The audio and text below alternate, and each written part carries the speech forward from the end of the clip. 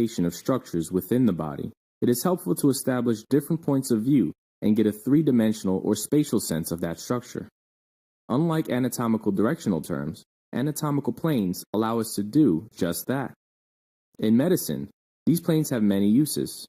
They are used to describe anatomical motion, to develop three-dimensional imaging of specific internal structures, and to describe cuts, called sections, which are made during medical examination of organs. In this video, we will cover sections made along the transverse, sagittal, and coronal planes of the anatomical position. A sagittal section is a vertical cut which divides the body into left and right parts. You can make this cut along any part of the body. If the cut does not result in a symmetrical left and right side, it is called a parasagittal section. On the other hand, a mid-sagittal section is made if the cut is directly along the midline of the body. Note that the mid-sagittal section or median plane divides the body into symmetrically equal right and left sides. A frontal or coronal section is any vertical cut that divides the body into front and back. Here are some examples. Lastly, a transverse or cross section is any horizontal cut that divides the body into top and bottom.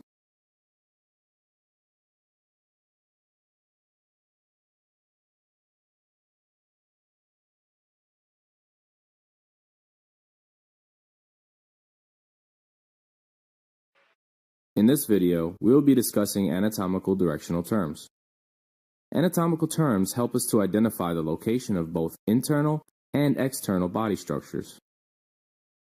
Most of these terms are used to identify where something is located on the body relative to another body part.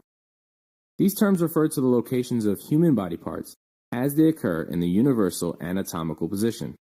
The anatomical position is an upright standing position with arms at the side, palms facing forward, and both feet together. When we need to describe the location of a body part as being above or below another body part, we use the terms superior and inferior. When a body part is superior, it is considered vertically closer to the top of the head in the anatomical position. On the other hand, a body part is considered inferior if it is closer to the bottom of the feet. For example, with the abdomen as the point of reference, we could say that it is both superior to the pelvis and inferior to the chest. When we need to describe the location of a body part as in front of or behind another body part, we use the terms anterior and posterior. Like other anatomical directional terms, a body part being either anterior or posterior depends on the point of reference. Anterior is towards the front of the body, while posterior is towards the back of the body. For example, the nose is anterior to the ears, and using these same points of reference, we can say that the ears are posterior to the nose. Please note that the terms ventral and dorsal are also used interchangeably with anterior and posterior when referring to both human and animal body parts. However, the terms anterior and posterior are mainly used for locating human body parts. If you want to describe the location of something that is relative to the middle of the body, you would use the term medial. To identify something located medially, you would create a midline division of the body. The midline is an imaginary line that goes from top to bottom and divides your body into two equal parts, left and right.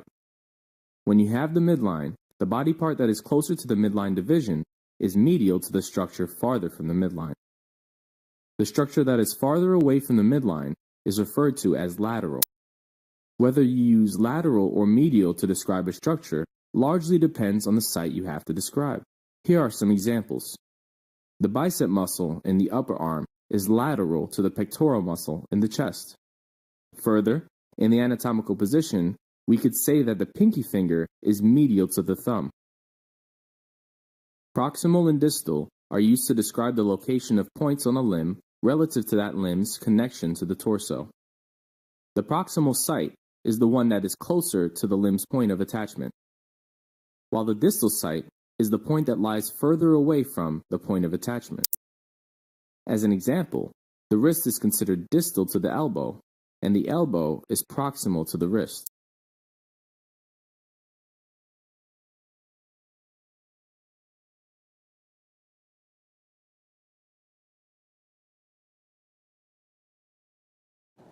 In this video, we're going to talk about body cavities and serous membranes. A cavity in the human body is an open area in which you can find organs. There are two major body cavities of the human body. The first one is called the posterior or dorsal body cavity, and the second one is called the anterior or ventral body cavity. And each of these cavities can be further subdivided. Looking at the posterior cavity has two subdivisions: the cranial cavity and the vertebral canal. Next, the anterior cavity has three subdivisions. The first subdivision is the thoracic cavity.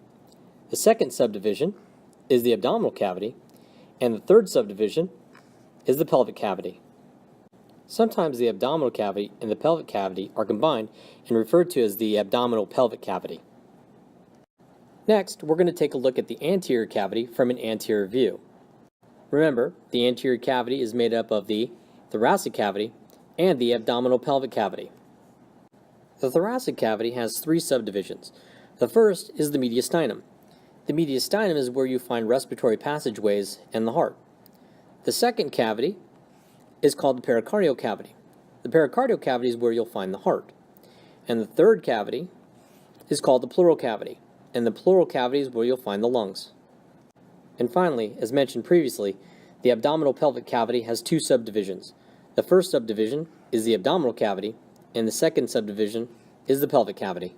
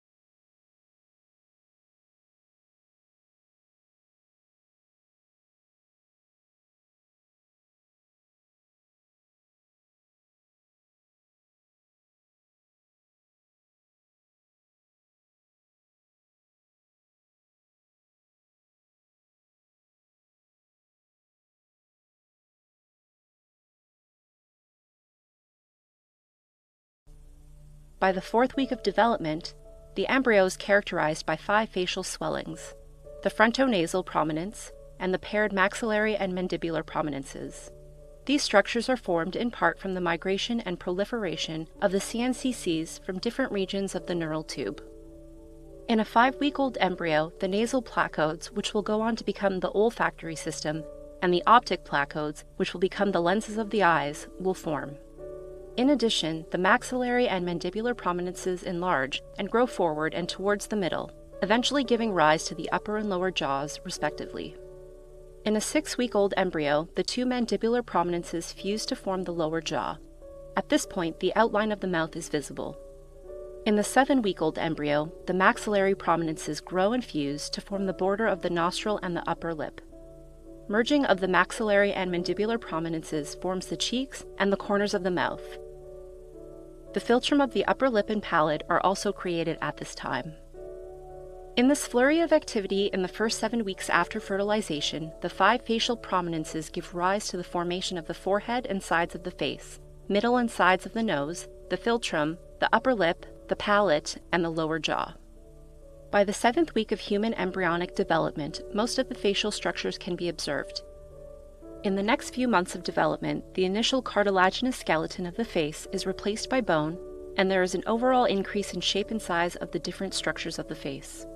From childhood to adulthood, the face continues to develop through further growth and remodeling.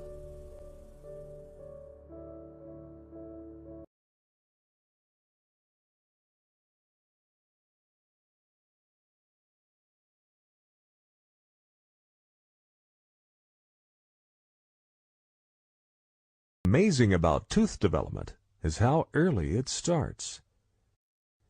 This embryo is only 6 weeks old, and yet the epithelium over its mandible is already thickening in preparation for what's about to happen. As it grows thicker, the epithelium creates an island of cells, which is the origin of the new tooth. This is the dental lamina, and its remarkable potential is starting to unfold. As we get closer, we can see other key players in the formation of our dentition. Meckel's cartilage provides support for the developing tissues, and the blood vessels that help shape the embryonic teeth are present. By now, the lamina has grown into a bud. The epithelial cells haven't changed much, but as the bud grows, it starts to bend into a dome in response to pressure from the blood vessels, and the mesenchymal cells underneath condense. At this point, we can already identify the cells that will form the tissues of the mature tooth. The enamel organ is made of cells from the epithelial cap, and it will generate the enamel of the tooth. The condensed mesenchymal cells will form the dentin and the pulp, and they are called the dental papilla. The dental follicle will develop from the remaining condensed mesenchyme. And all of these cells together are known as the tooth germ. So far, we've seen the bud and cap stage of tooth development. The third, and most dramatic, is the bell stage. As the tooth germ begins to grow, the cells differentiate. The stellate reticulum is now obvious. Made up of star-shaped cells pushed apart by fluid pressure, it separates the inner and outer enamel epithelium. Just visible is a flattened area of cells called the stratum intermedium. We can also see the juncture where the inner and outer enamel epithelium meet. This cervical loop is important in tooth formation, as we'll discover soon. By the time the tooth bud pinches off from the dental lamina at the end of the bell stage, the inner enamel epithelium has folded to form the shape of the future crown. With a scaffold to work on, the masons of the tooth world go to work. The cells of the inner epithelium have elongated into ameloblasts, and the neighboring cells in the dental papilla respond by changing into odontoblasts. Now they move toward the center of the papilla, leaving a thin tube of cytoplasm and a layer of dentin. And now, the ameloblasts start to move, leaving behind the hardest tissue of all, enamel.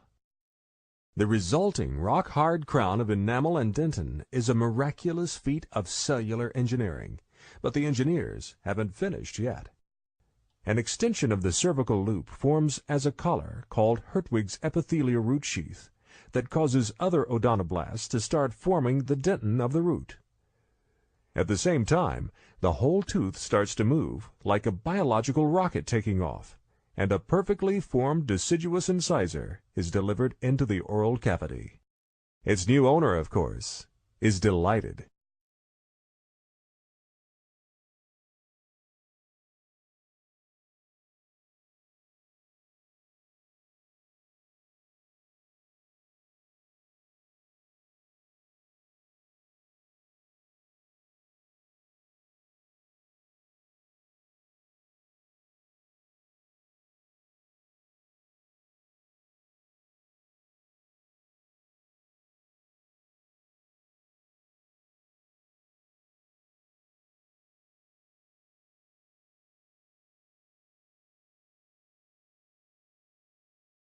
The first teeth begin to break through the gums at about 6 months of age and are usually the two bottom front teeth.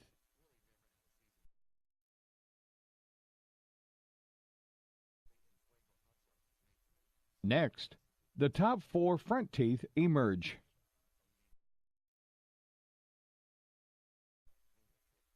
After that, the other teeth slowly begin to fill in, usually in pairs, one each side of the upper or lower jaw, until all 20 teeth have come in.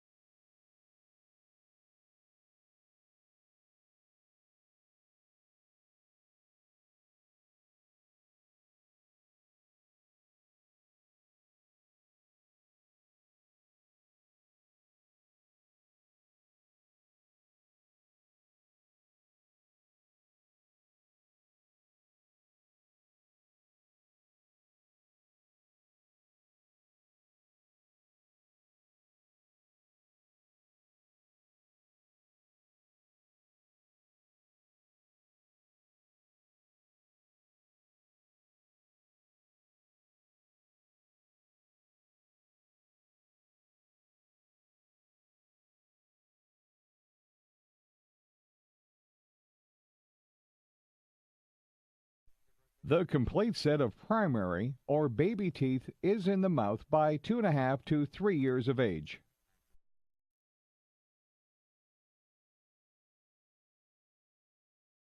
Primary teeth reserve space for their permanent counterparts.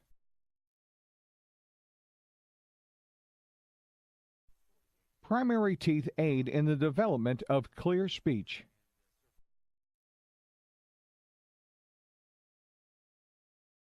Primary teeth help attain good nutrition. Missing or decayed teeth make chewing difficult, causing children to reject foods.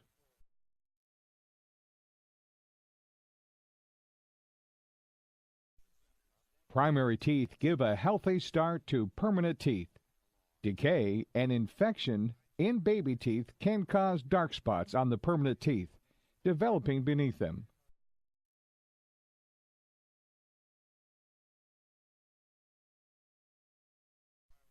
Permanent teeth come in around the age of 6.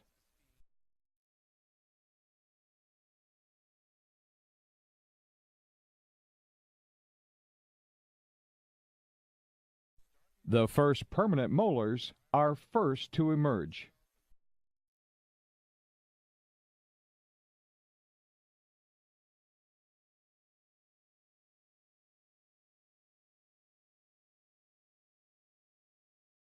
In some children, the incisors are first to emerge.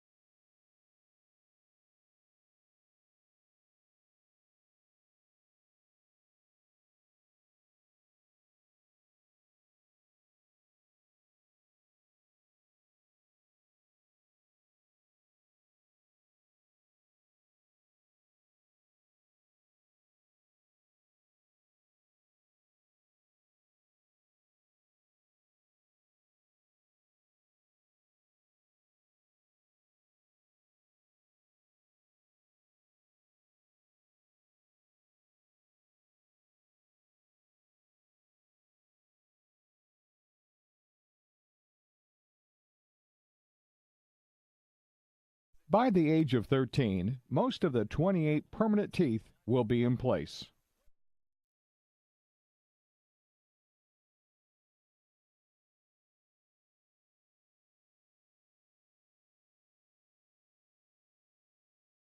Third molars or wisdom teeth emerge between the ages of 17 to 21, bringing the total number of permanent teeth to 32.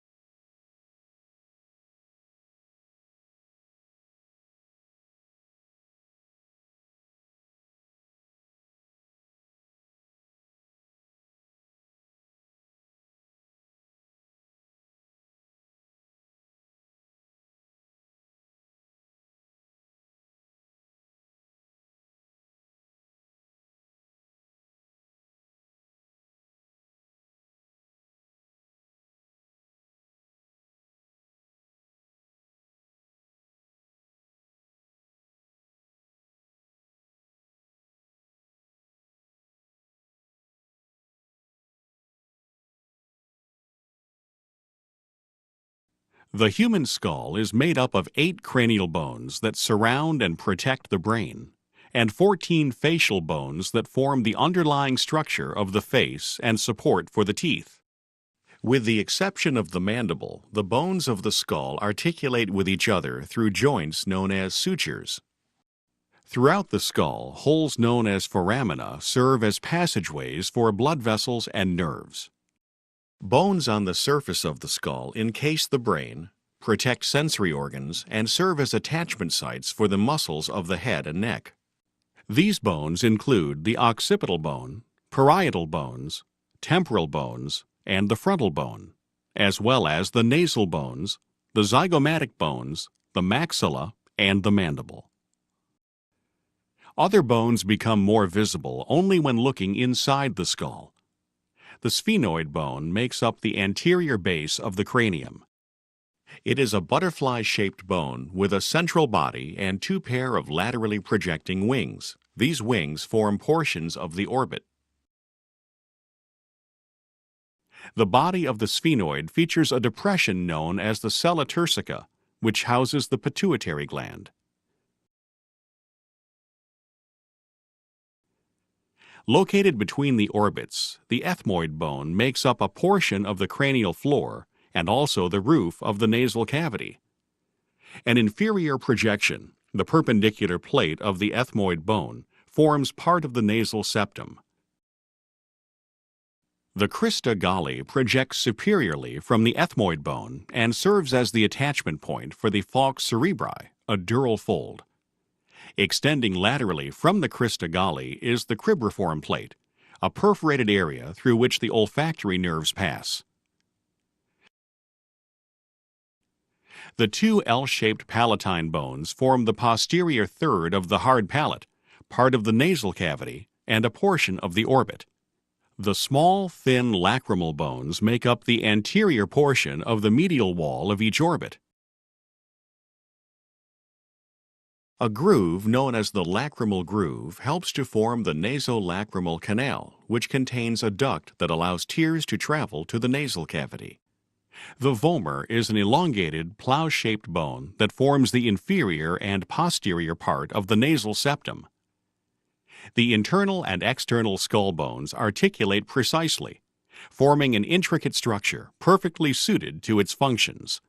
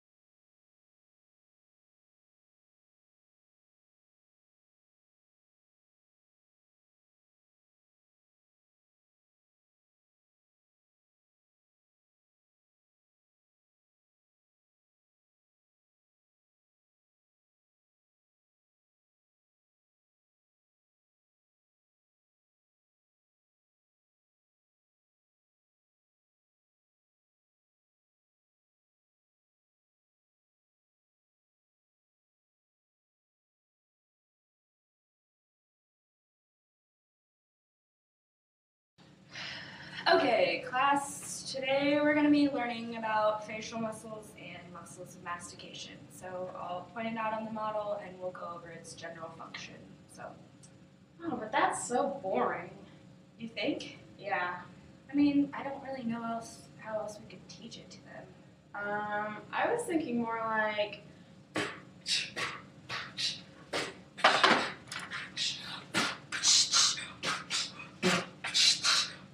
Frontalis, don't be malice. It's medial to temporalis. Temporalis and masseter will help you chew your food faster. I use my orbicularis oculi when I wink at you because I think you fly. Not the same as levator palpebrae, which opens up the eyes so you can see all day. Moving on down to Z major. Girl, don't be smiling at your haters. Now on to buccinator so you can eat your mashed potatoes.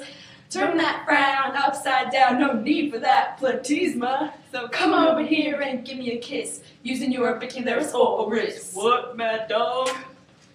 Be busy.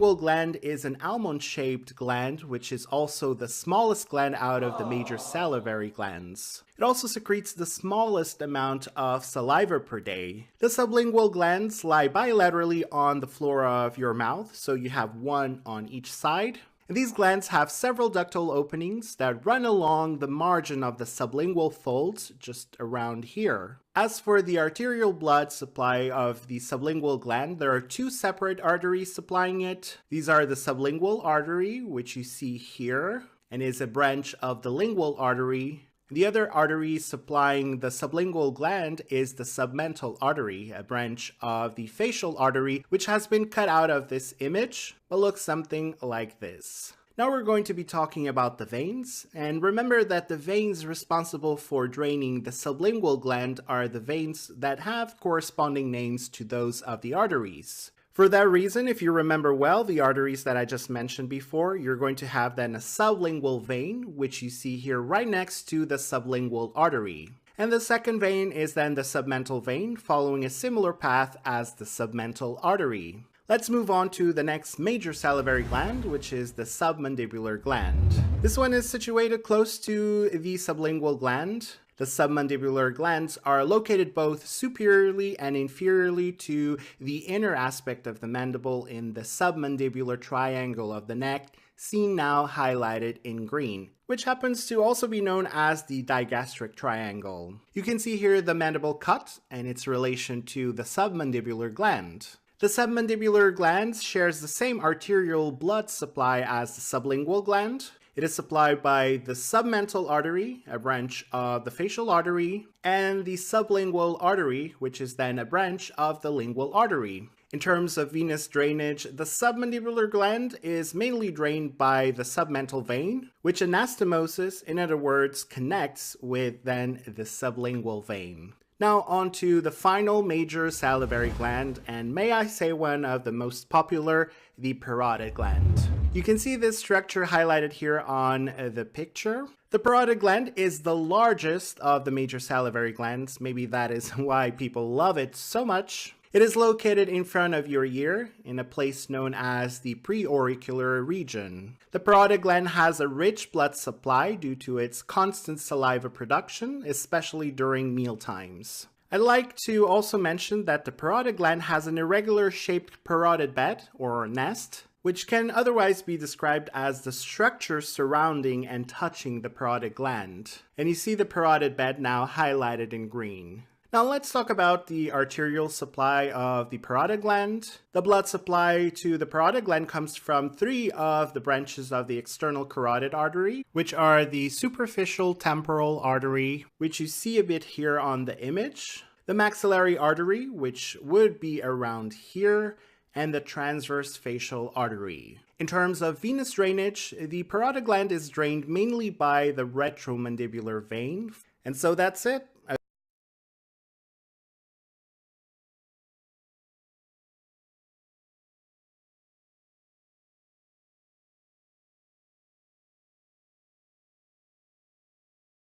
Here we'll learn details of the oral cavity, the mouth, which is the first portion of the gastrointestinal tract. To begin, denote that the oral cavity anatomically divides into two regions, the oral vestibule, which is external to the teeth, and the oral cavity proper, which is enclosed by the teeth. Close your teeth and puff out your cheeks. The oral vestibule is the space between your cheeks and the teeth. The oral cavity proper is the space that your teeth encloses. Next, denote the boundaries of the mouth. Superiorly, the palate forms the roof of the mouth. Inferiorly, the right and left mylohyoid muscles form the floor of the mouth. They extend from the mandible, from mylo, to the hyoid bone. Anteriorly, the lips enclose and regulate the oral fissure, the opening. Laterally, the cheeks comprise soft tissues, including muscles that compress the walls of the mouth. Posteriorly, the oral cavity is open to the oral pharynx, which accepts the swallowed foods and liquids. Internally, the oral mucosa lines the mouth. Now let's draw the oral cavity in anterior view. First, show that the upper, superior, and lower, inferior lips encircle the anterior opening of the mouth. Denote that the lips comprise muscles, including orbicularis oris, and superior and inferior labial muscles, and neurovascular structures. Next, show the teeth. The upper teeth are housed in the maxilla, and the lower teeth are housed in the mandible. Show the gingiva, the gums, which cover the bones of the jaws, and an overlying mucosal membrane. Indicate the superior labial frenulum and inferior labial frenulum, which attach the gingiva to the lips. Push your tongue between your front teeth and your lips to feel the frenula, which are folds of mucous membrane. Next, draw the tongue so that the tip is turned slightly upward toward the palate. Show that the lingual frenulum, which is another mucosal fold, attaches the inferior surface of the tongue to the floor of the oral cavity. Recall that lingual refers to the tongue. Draw the salivary duct orifices, which release saliva into the floor of the mouth via orifices under the anterior tongue. Later we'll learn the glands that produce the saliva. Next, indicate the hard and soft palates of the roof of the mouth. Denote that the hard palate, which forms the anterior two-thirds of the palate, comprises the maxillary and palatine bones.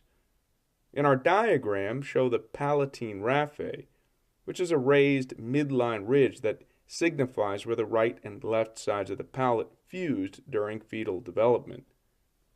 You can feel this ridge along the roof of your mouth with your tongue. Then show the transverse palatine folds, also known as palatine rugae, which are ridges of connective tissue that provide friction to facilitate bullous formation. Denote that the soft palate comprises the palatine aponeurosis, which attaches anteriorly to the hard palate, and 4 sets of paired muscles. During swallowing, the soft palate raises to block foods and liquids from the posterior opening to the nasal cavity. In our diagram, label the soft palate and the uvula, which extends from the free edge of the soft palate at the midline. The uvula comprises the musculus uvulae and connective tissues. Indicate the 2 posterior arches, the palatoglossal arch, which extends from the soft palate to the tongue, and posterior to it, the palatopharyngeal arch, which attaches to the pharynx. These arches are formed by the bilateral palatopharyngeus muscles, which elevate the pharynx during swallowing. Between the arches show the palatine tonsils, which are collections of lymphoid tissue housed within the tonsillar sinuses or fossae. The palatine tonsils monitor and respond to ingested infectious materials. Indicate the fauces, which is the posterior opening of the oral cavity. It leads to the oropharynx. Now let's draw the oral cavity in lateral view. First, outline a head in lateral view. Label the lips and the ear. In a cutaway view, show the anterior and posterior portions of the mandible. It forms the inferior bony framework of the oral cavity. Draw the upper gingiva and teeth, and indicate the lower teeth arising from the mandible. Now let's address 2 muscles that contribute to the oral cavity. Draw mylohyoid, which contributes to the floor of the mouth. It attaches to the hyoid bone posteriorly, which is not shown. Show that the buccinator arises in part from the mandible and extends towards the lips as a flat sheet within the cheeks. We cut it away to show the inside of the oral cavity. Next, for context, show that the masseter arises from the zygomatic bone, which is also not shown, and inserts on the mandible. Its fibers run vertically. The masseter elevates the mandible and is involved in mastication, chewing.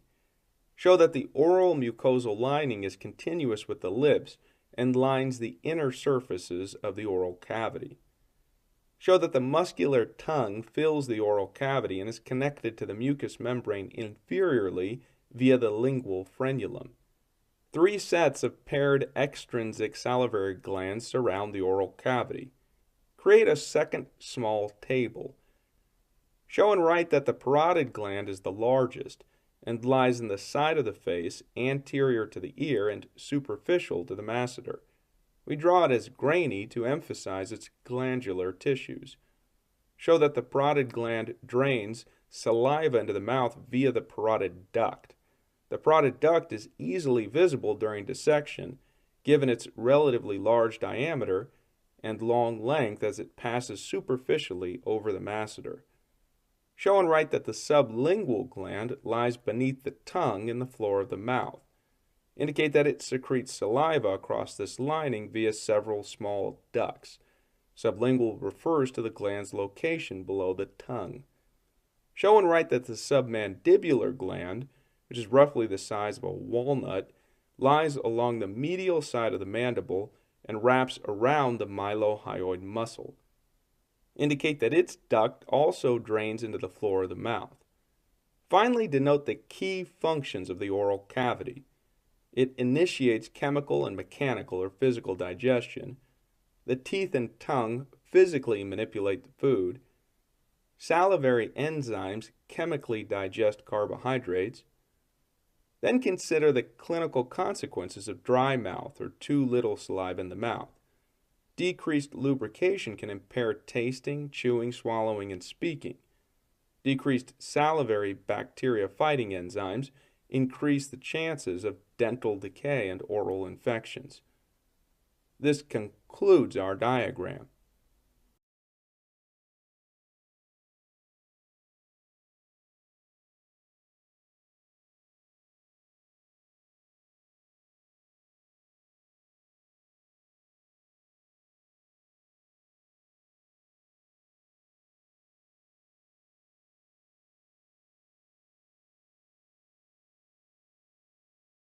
Fifth cranial nerve, the trigeminal.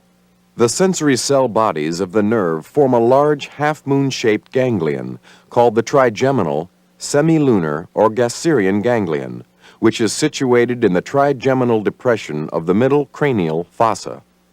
Originating from the trigeminal ganglion are three large nerve trunks, the ophthalmic, V1, the maxillary, V2, and the mandibular, V3. The maxillary division of the trigeminal nerve is exclusively sensory and innervates the skin of the middle portion of the face, lower eyelid, side of nose, and upper lip. The mucosa of the nasopharynx, maxillary sinus, soft palate, tonsil, and hard palate, and the maxillary teeth, periodontium, alveolar bone, and gingiva.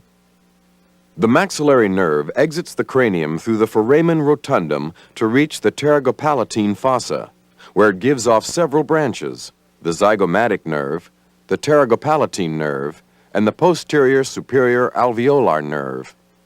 The zygomatic nerve enters the orbit through the inferior orbital fissure.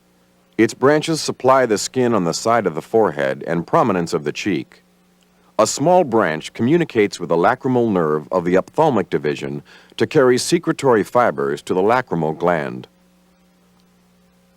The short pterygopalatine nerve trunks descend vertically to course through the pterygopalatine ganglion. Branches of the pterygopalatine nerve emanating from the ganglion distribute sensory fibers to the midface. These branches include the orbital nerves and posterior nasal nerves, which innervate the ethmoidal and sphenoidal sinuses, periosteum of the orbit, nasal turbinates, and posterior nasal septum. One of these branches, the nasopalatine nerve, passes downward and forward on the nasal septum, enters the incisive canal, and reaches the oral cavity via the incisive foramen to provide sensation to the palatal mucosa of the premaxilla. A pharyngeal branch also exits the ganglion posteriorly to serve portions of the sphenoidal sinus and mucosa posterior to the auditory tube. Palatine branches of the pterygopalatine nerve pass down the pterygopalatine canal and exit via foramina on the posterolateral aspect of the hard palate. The greater or anterior palatine nerve emerges through the greater palatine foramen to supply general sensation to the soft tissues of the hard palate and palatal gingiva. The other branches exit from the lesser palatine foramina and innervate the soft palate, uvula, and tonsillar area. The posterior superior alveolar nerve is the last branch to leave the maxillary trunk within the pterygopalatine fossa. Before it enters the maxilla, gingival branches are given off to innervate the buccal soft tissues of the maxillary molar and tuberosity region. The nerve then enters the maxilla and continues down the posterior wall of the maxillary sinus, ultimately contributing fibers to the superior dental plexus. The posterior superior alveolar nerve innervates the maxillary molar teeth, with the possible exception of the mesiobuccal root of the first molar, the surrounding periodontium and adjacent buccal mucosa, and the mucous membrane of the maxillary sinus. The maxillary nerve trunk becomes the infraorbital nerve once it crosses the inferior orbital fissure to travel within the infraorbital groove and canal. During its course, the anterior superior alveolar nerve is given off. After contributing to the superior dental plexus, it provides pulpal innervation to the incisors, canine, and often premolars, their periodontium and facial gingiva, and the anterior portion of the antrum and floor of the nasal cavity. If present, the middle superior alveolar nerve supplies sensation to the premolar region and the mesiobuccal root of the first molar. The infraorbital nerve emerges from the infraorbital foramen to divide into its terminal branches. The inferior palpebral branches supply the lower eyelid. The external nasal branches provide sensory innervation to the side of the nose, and the superior labial branches pass to the upper lip.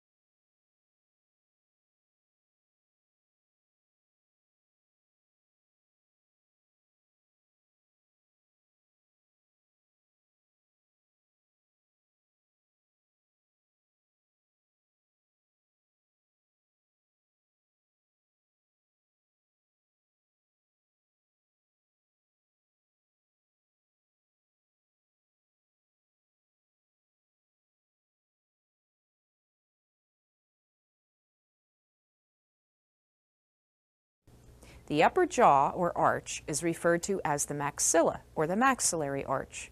The lower jaw, or arch, is referred to as the mandible, or the mandibular arch. People are constantly amazed at how long teeth actually are. In a normal, healthy individual, you only see about 1/3 of the total tooth. The portion you see is referred to as the clinical crown. Let's look at the types of permanent or adult teeth. There are 4 types of permanent, adult, or secondary teeth. The anterior teeth are made up of incisors and canines or cuspids. These usually have only one root. The incisors are used for cutting or incising, and there are 4 in each arch. 2 central incisors and 2 lateral incisors.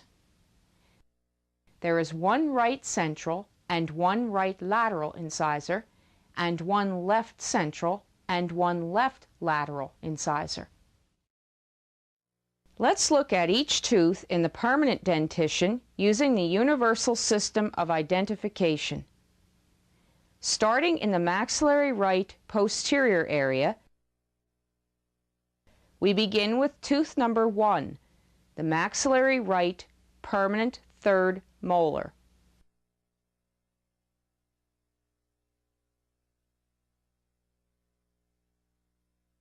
Tooth number 2, the maxillary right permanent 2nd molar.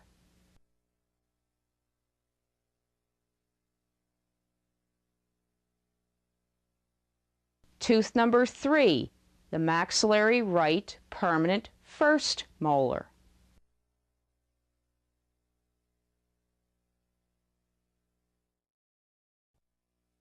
Let's take a look at the 5 sides of an anterior tooth.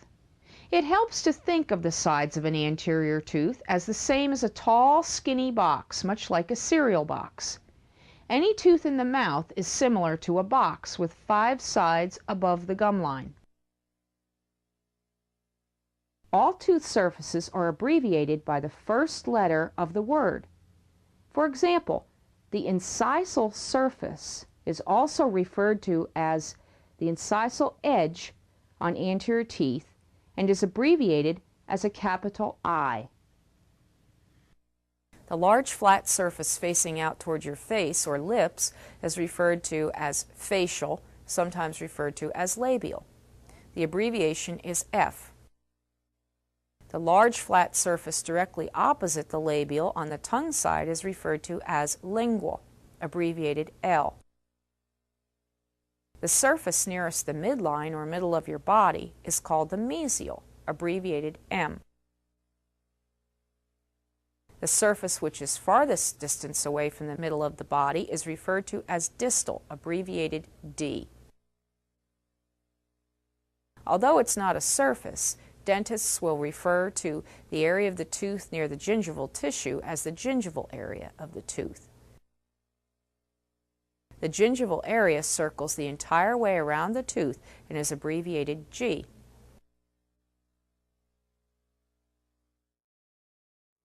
This is tooth number 31. The 4 cusps on the tooth are the mesial buccal, the mesiolingual, the distobuccal, and the distolingual cusps.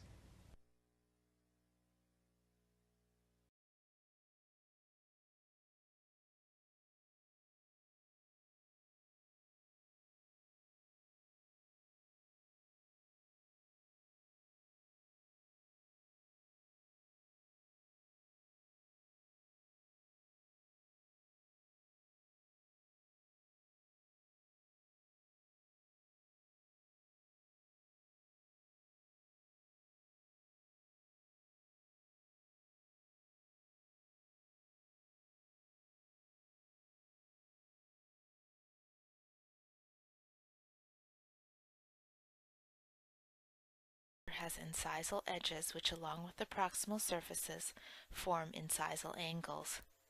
The tooth is the widest mesial-distally on the crown and has a great curvature of the CEJ. The roots are conical in shape and come to a blunted apex. The mesial contact is in the incisal 1/3, and the distal contact is at the junction of the middle and incisal 1/3.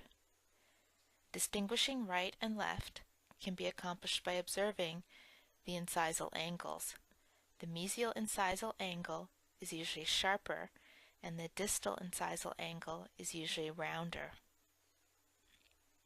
On these models, one can also observe the imbrication lines in the cervical 1/3, as well as the developmental depressions, which separate the 3 developmental lobes on the labial.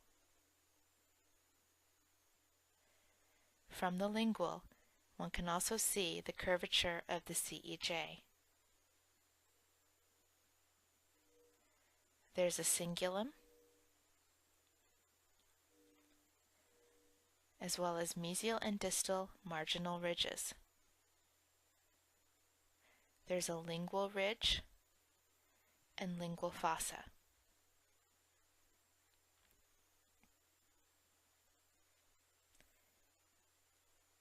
From the proximal view, the overall crown outline is triangular in shape.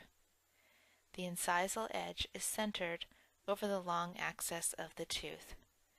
The height of contour for both the labial and the lingual is in the cervical 1/3. From the incisal, one can see that the proximals taper towards the cingulum. The mandibular central incisor tends to be fairly symmetrical. It is one of the smallest and simplest tooth in the mouth. There's an incisal edge and incisal angles. Distinguishing the right from the left, the mesial incisal angle is a little bit sharper, while the distal incisal angle is a little rounder. The mesial contact is in the incisal 1/3.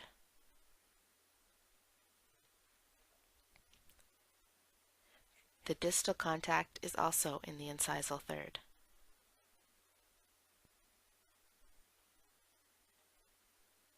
From the lingual,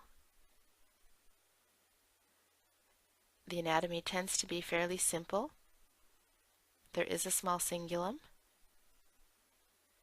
There are also mesial and distal marginal ridges, but they tend to be a little bit subtle.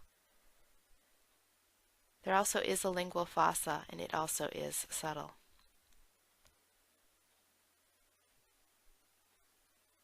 Looking at it from the proximal view, the heights of contour on both the buccal and the lingual are in the cervical 1/3.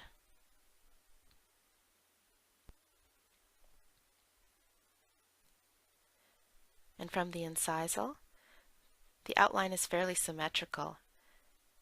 There's an incisal edge which is just lingual to the long axis of the tooth, and the incisal edge tends to be fairly straight.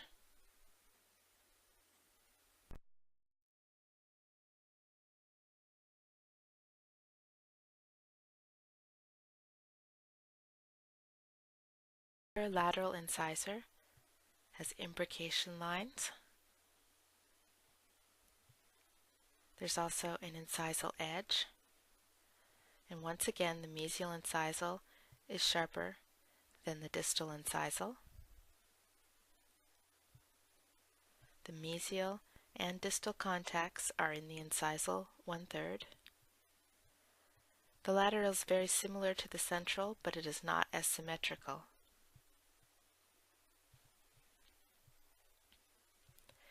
The lingual view has a small cingulum placed a little bit more distally.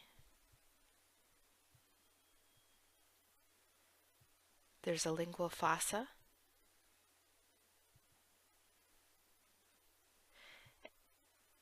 And the mesial marginal ridge is longer than the distal marginal ridge.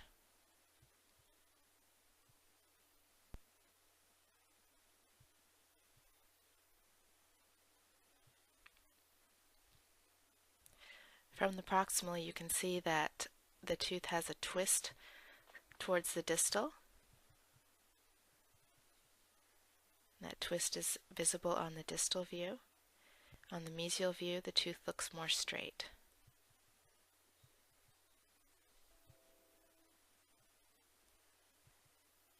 Also, from the incisal view, you can see that on the distal, on the left-hand side, there's a slight twist. The maxillary lateral incisor is similar to a smaller maxillary central incisor. However, it also has the greatest crown variation. There are incisal edges and incisal angles. The mesial contact is in the incisal third. The distal contact is either in the middle third or at the junction of the middle and incisal third. Distinguishing right from left, the mesial incisal angle tends to be sharper, and the distal incisal angle tends to be rounder. It is single-rooted, and you may see imbrication lines on the facial surface.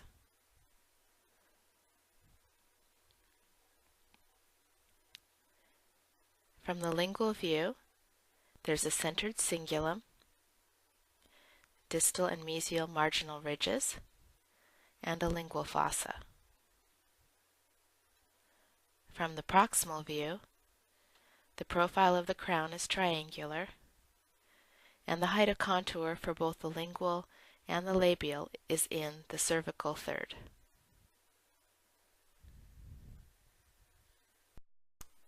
From the incisal view, the lateral is more rounded and less triangular than the central incisor.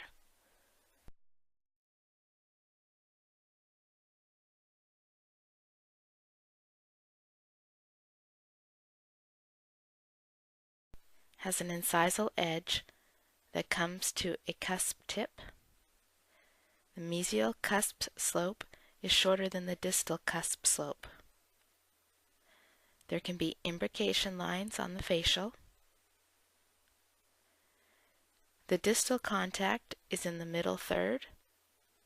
The mesial contact is at the junction of the incisal and middle thirds. The distal outline can be quite convex in the contact area, and then there's a depression between the contact and the CEJ. There's a prominent labial ridge.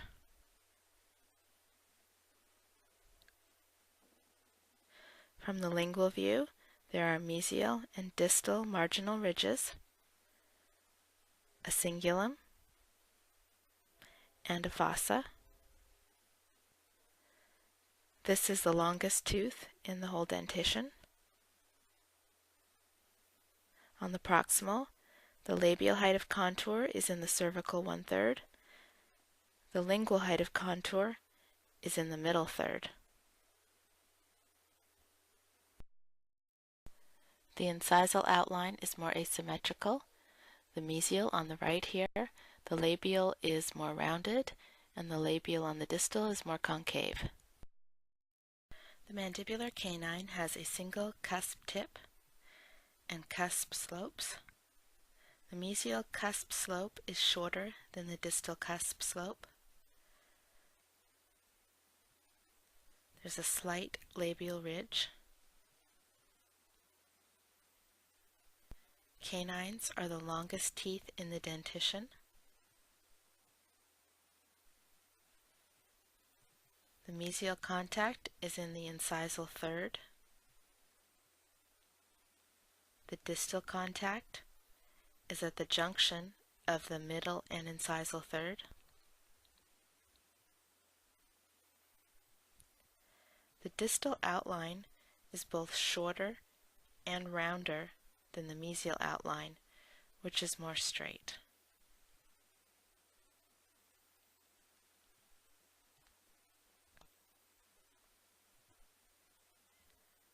The lingual anatomy is fairly smooth. There are mesial and distal marginal ridges, and there is a lingual fossa and a very slight lingual ridge.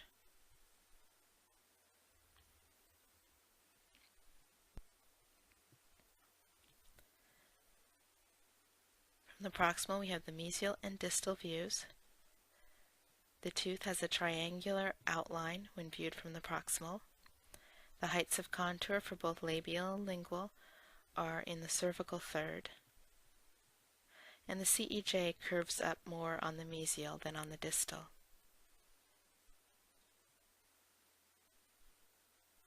On the incisal view, the crown is wider in the labial-lingual direction than in the mesial-distal direction. The crown is offset a bit to the mesial, which is on the right, and the cingulum offset to the distal, which gives a slight asymmetrical appearance.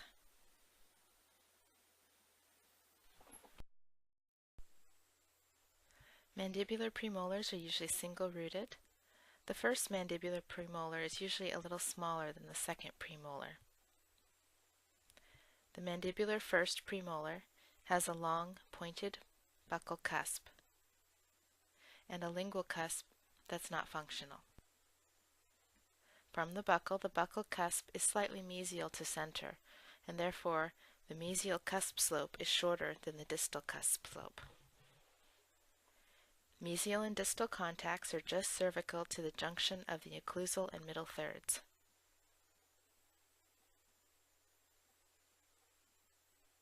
The mesial outline is slightly concave, and the distal outline is rounder.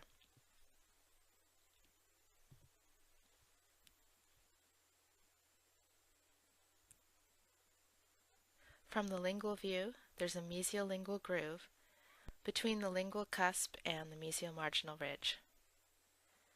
There's also a small lingual cusp in comparison with the buccal cusp.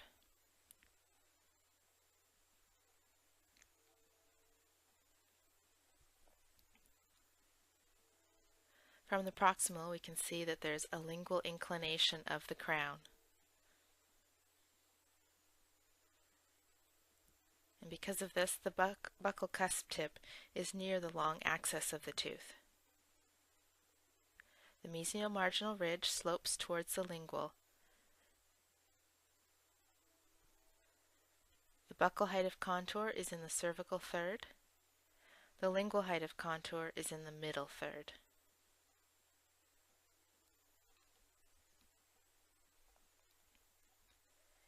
From the occlusal, there's a proximate diamond-shaped outline.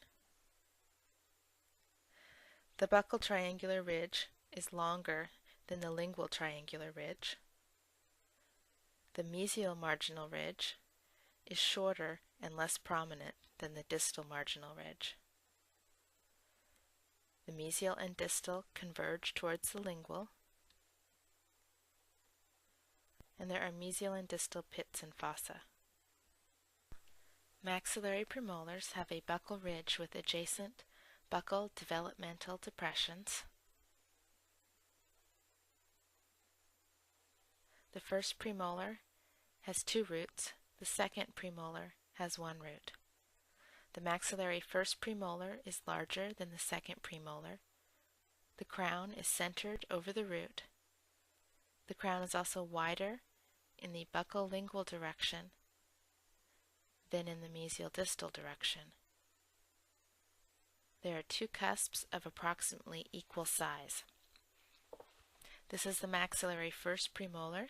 The mesial and distal contacts are just cervical to the junction of the occlusal and middle thirds. The buccal cusp is slightly distal to the long axis. Therefore, the mesial cusp slope is slightly longer than the distal cusp slope.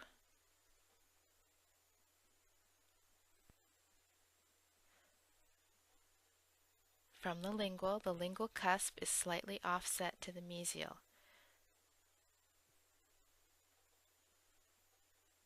The lingual cusp is also slightly shorter than the buccal cusp.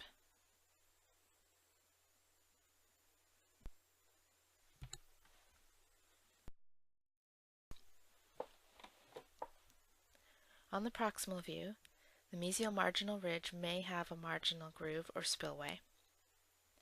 There's also a distinct depression on the mesial root.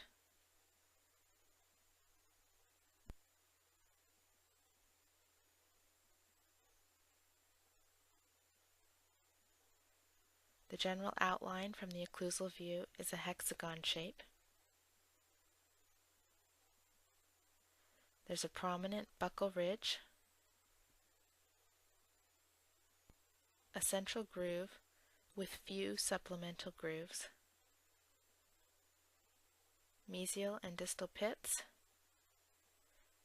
Mesial and distal converge towards the lingual, and there are triangular fossa.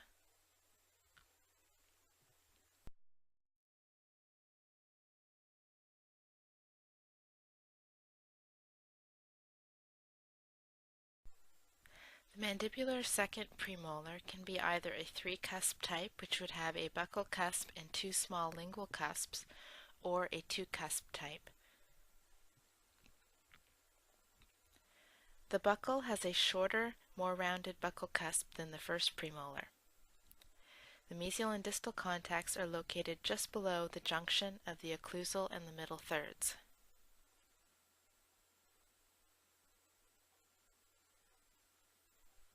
The lingual cusp is a little smaller than the buccal cusp, but larger than the one found on the first premolar.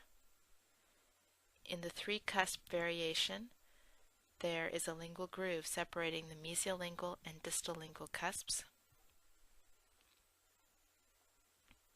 From the proximal view, the mesial marginal ridge is 90 degrees to the long axis of the tooth. This tooth is wider in the buccal lingual direction than the first premolar. This is showing the three-cusp type. There is a V-shaped central groove. The facial of the maxillary second premolar, which connects the buccal cusp is not as long to create or as sharp-shaped as the first premolar. Mesial and distal contacts are just cervical to the junction. The central of the occlusal is at the junction of the central and lingual groove. And there's often a mesial marginal groove or spillway. From the lingual view, the lingual cusp is slightly offset to the distal pit.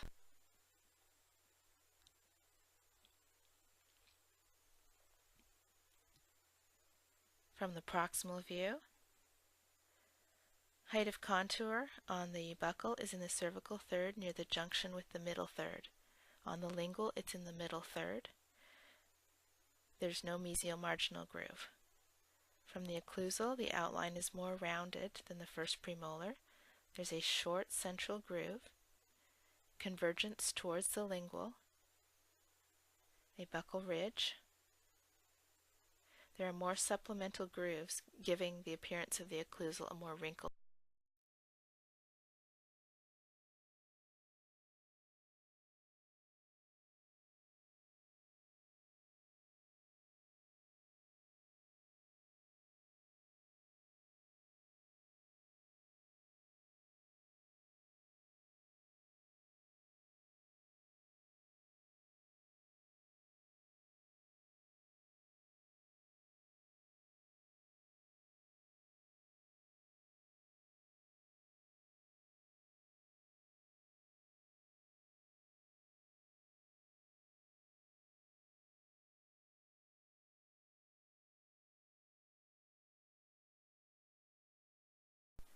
The mandibular right molars. Note that there's a general slope downwards towards the distal and that the roots incline towards the distal. On the labial view, there are three cusps, the mesial buccal, the distal buccal, and the distal. There are two grooves, the distal buccal groove and the mesial buccal groove, which ends often in a pit.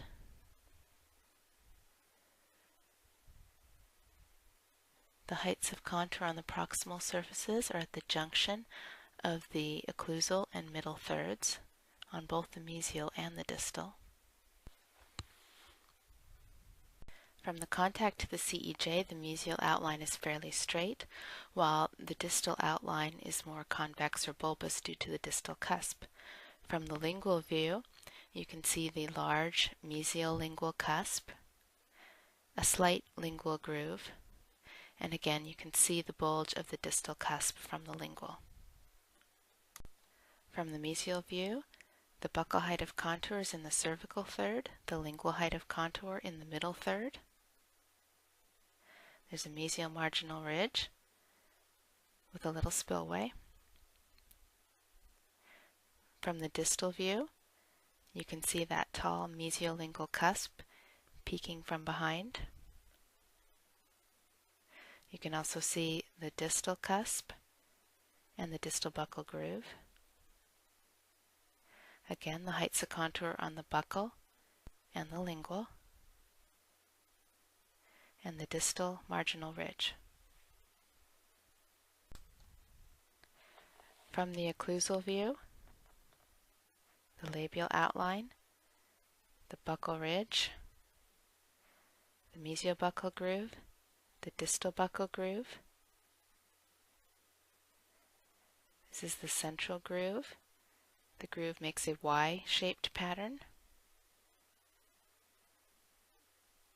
This is the lingual groove, mesiobuccal groove, distal buccal groove.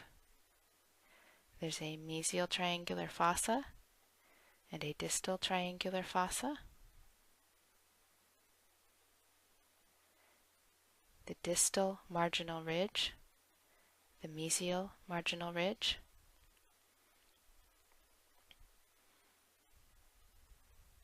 Triangular ridges on all 5 cusps. Maxillary first molar is the largest tooth central in the pit. arch. It's also the largest crown in the dentition. There are 4 major cusps and a Note fifth the minor convergence cusp, towards the distal. and the frication area That starts is, the near tooth junction is of wider the cervical on the and mesial middle than on thirds the of distal. root. From the facial view, there's a buccal groove, which may end in a buccal pit. The mesial contact is at the junction of the middle and occlusal thirds. The distal contact is in the middle third. The mesiobuccal cusp is wider than the mesiolingual cusp, and the mesial outline is flat from the CEJ to the contact, and the distal outline is convex from the CEJ to the occlusal.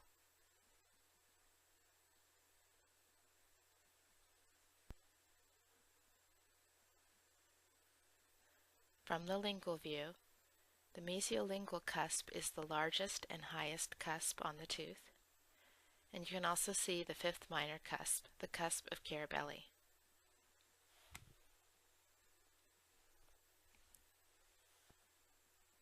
From the proximal view, the crown is shorter in height occlusal cervically and more broad in the facial lingual direction. The buccal height of contour is in the cervical third. The lingual height of contour is in the middle third.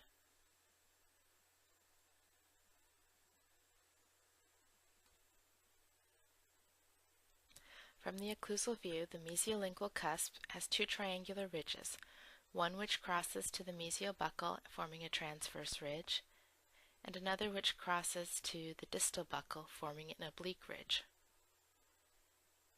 The mesial contact is slightly buccal to center. The distal contact is centered buccolingually.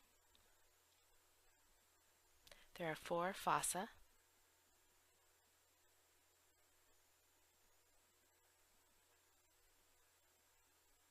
and 3 pits, central pit, mesial pit, and distal pit.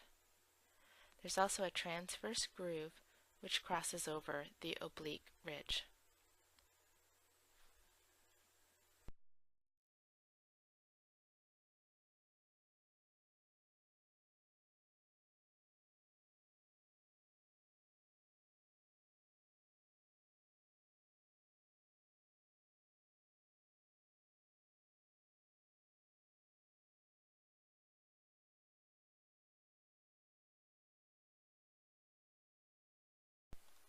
The buccal view of the mandibular second molar, the contact areas are in the middle third. There's a more bulbous mesial outline. Then on the distal side, there's a buccal groove. From the lingual, note the mesial-lingual cusp is taller, and again the mesial and distal outlines. Looking from the mesial view, the height of contour on the buccal is in the cervical third. On the lingual, it's in the middle third. There's a mesial marginal ridge. From the distal view, we have the distal marginal ridge, and again the heights of contour on the buccal and on the lingual. From the occlusal view, you can see the convergence from the mesial to the distal. That is, the tooth is wider labial-lingually on the mesial than it is on the distal. The groove pattern is a plus sign or a hot cross bun. This is the central groove. And then there's a groove running from buccal to lingual. This is the lingual part of the groove, the buccal part of the groove, the central pit. There's a distal triangular fossa, a mesial triangular fossa, the mesial marginal ridge, the distal marginal ridge, the contact area on the mesial, the contact area on the distal. Maxillary second molar is essentially a smaller version of the maxillary first molar. The main difference is the size of the distal lingual cusp varies, or it may not be there at all, in which case the occlusal profile will look more heart-shaped. From the facial, the mesiobuccal cusp is longer and wider than the distal buccal cusp. There's a buccal groove, but it's shorter than the one on the first molar. The mesial and distal contacts are both in the middle third.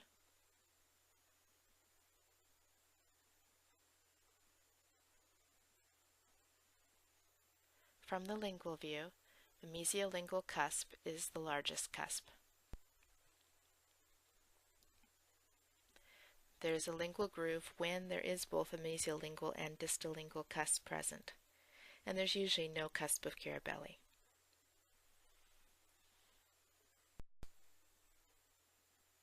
From the proximal view, the buccal height of contour is in the cervical third, and the lingual height of contour is in the middle third. The mesial contact area is larger than the contact area on the first molar.